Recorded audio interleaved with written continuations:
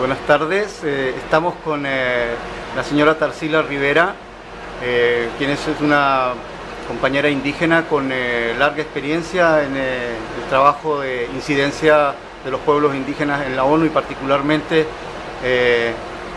una exitosa compañera que ha recibido recientemente un nombramiento como miembro del Grupo Internacional de ONU Mujer.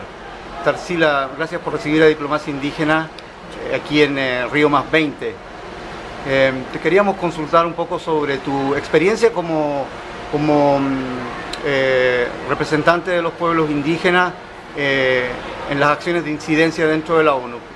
¿Qué año empezaste y cómo es que llegaste a ser miembro del Grupo Internacional ONU Mujer? Bueno, yo soy quechua hablante, o sea, Runasimirimak Huarmicanerique de Perú, soy de Ayacucho.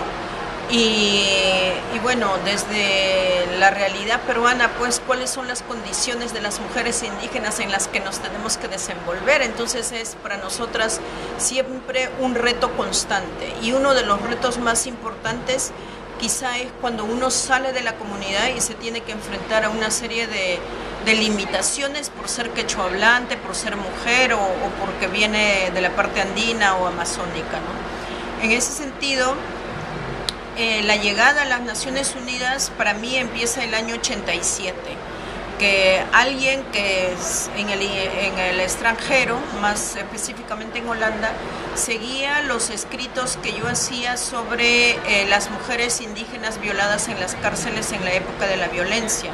Entonces el año 87 me invitaron a hacer un curso de Derechos Humanos en el Instituto de Estudios Sociales de La Haya.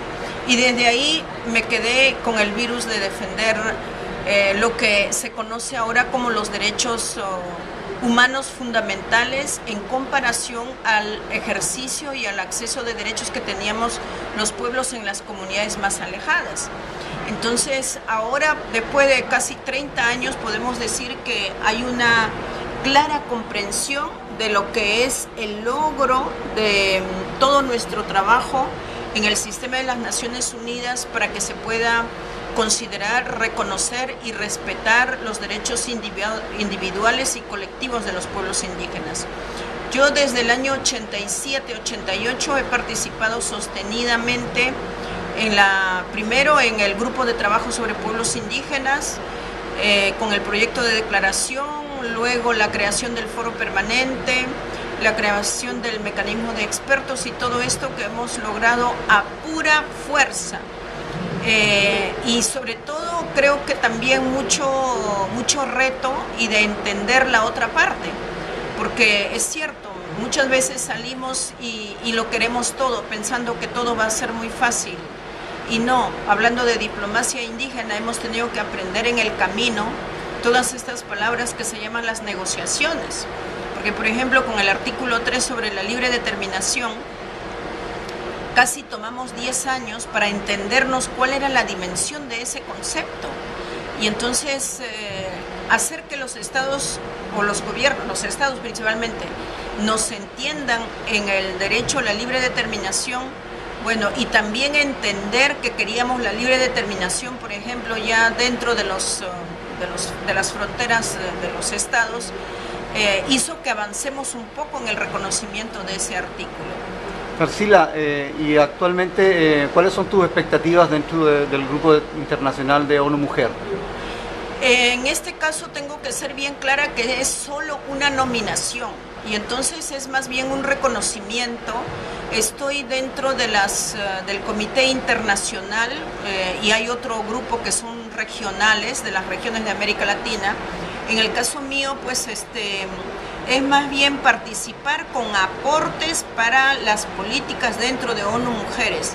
Y el compromiso que tenemos es tratar de incidir para contar con un programa específico que atienda el avance de las mujeres indígenas dentro de ONU Mujeres. Hermana Tarsila, estamos aquí en el marco de Río +20 en Río de Janeiro. Ya está circulando el documento de consenso de los estados partes. ¿Cuál es tu balance en cuanto a la incorporación de las demandas de los pueblos indígenas, en particular sobre mujeres y jóvenes?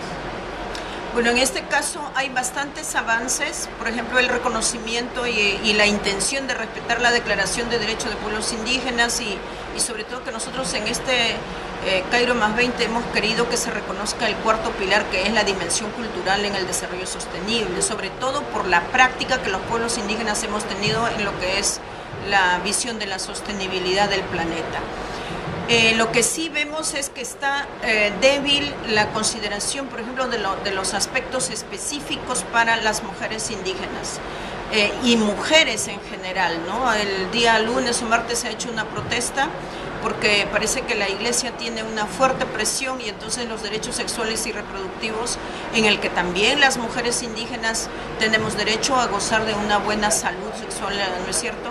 Hemos tenido alguna solidaridad con ellas y creemos que todo esto debe seguir avanzando e incluyéndose. Bueno, a veces hay limitaciones, ¿no? Pero sí hay bastante todavía que incidir.